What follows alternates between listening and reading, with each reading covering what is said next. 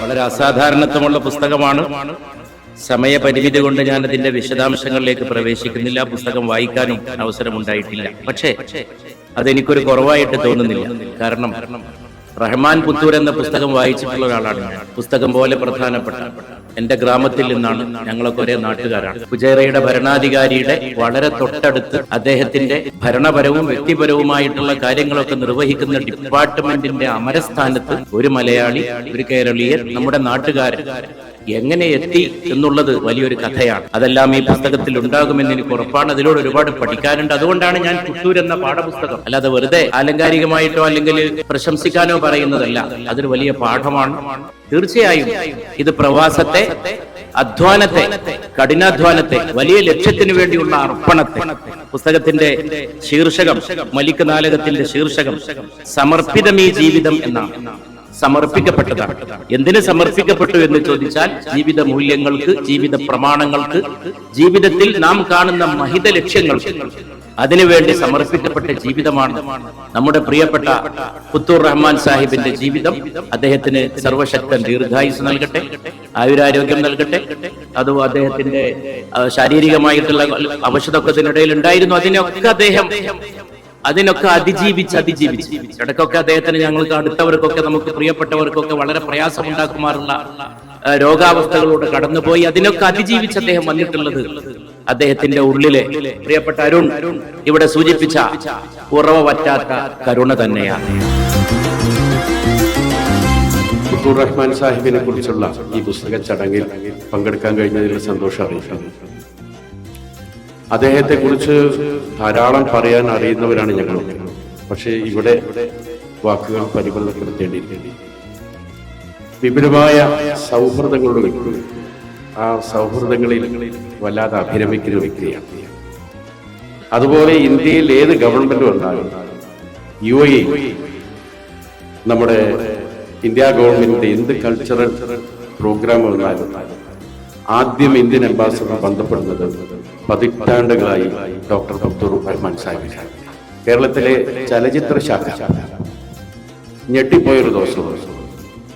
നമുക്കറിയാം, വിമാനത്താവളം ഏതൊരു രാജ്യത്തിന്റെയും വളരെ സെൻസിറ്റീവായ ഒരു പ്ലേസാണ്. എവിടെയും നമുക്ക് പല ആനുകൂല്യം കിട്ടും, പക്ഷെ വിമാനത്താവളം അതൊരു അലർട്ടാണ്.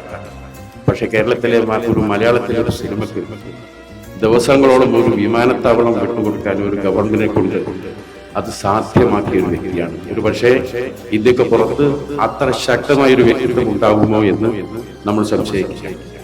അതുകൊണ്ട് ഈ വലിയ മനുഷ്യനെ ഞങ്ങളെ പാർട്ടിക്കാരനായി എന്ന ഈ അഭിമാനവും, പക്ഷേ ഞങ്ങളെ പാർട്ടിക്ക് അപ്പുറത്തും അദ്ദേഹത്തിന്റെ ബന്ധങ്ങൾ വലുതാണ്. ഇനിയും നാട്ടിലെ ഒരുപാട് അറിയപ്പെടാത്തവരെ സഹായിക്കാൻ അദ്ദേഹം ഇനിയും ഒരുപാട് കാലം ഈ രാജ്യത്ത് ജീവിച്ചിരിക്കണം. നമുക്കെല്ലാവർക്കും അദ്ദേഹത്തിന്റെ ദീർഘായുസ്സിന് വേണ്ടി പ്രാർത്ഥിക്കാം.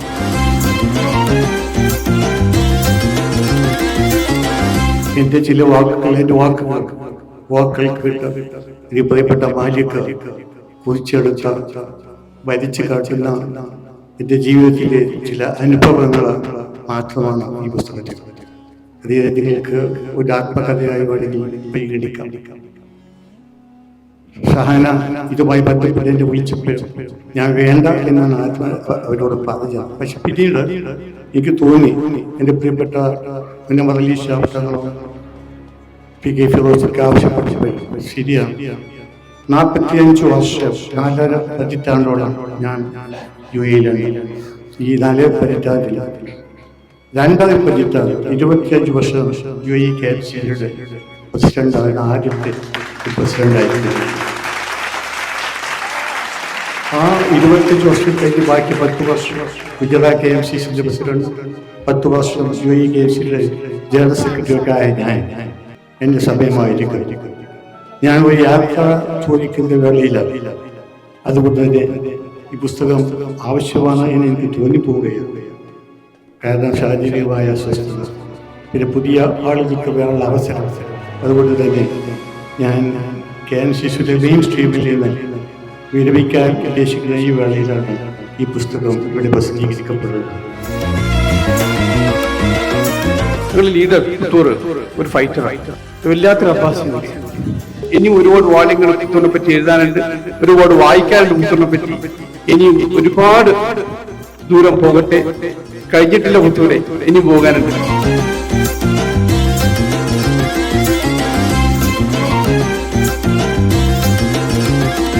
പുസ്തകമാക്കാൻ മാത്രം എന്റെ ജീവിതം ഇല്ല എന്ന വിനയത്തിൽ നിന്ന് ഇത് പുസ്തകമാക്കിയ തീരു എന്ന വാശിയിലേക്ക് എന്നെ നയിച്ചത് ശരിക്കും ഓരോരോ ഘട്ടത്തിൽ മനുഷ്യന്റെ മുന്നിൽ പ്രയാസങ്ങളും പ്രതിസന്ധികളും എന്ന പോലെ വിധി അവസരങ്ങളും കണ്ടെത്തുന്നു, മുന്നിൽ കൊണ്ടുവരുന്നു. ആ അവസരത്തെ എങ്ങനെ ഉപയോഗപ്പെടുത്തുന്നു, അല്ലെങ്കിൽ അതിനോട് നമ്മൾ എന്ത് സമീപനം എടുക്കുന്നു എന്നുള്ളത് മാത്രമാണ് ജീവിത വിജയത്തിന്റെ അടിസ്ഥാനം എന്ന് തെളിയിച്ച ഒരു ജീവിതമാണ് ശ്രീ പുത്തൂർ പറഞ്ഞത്.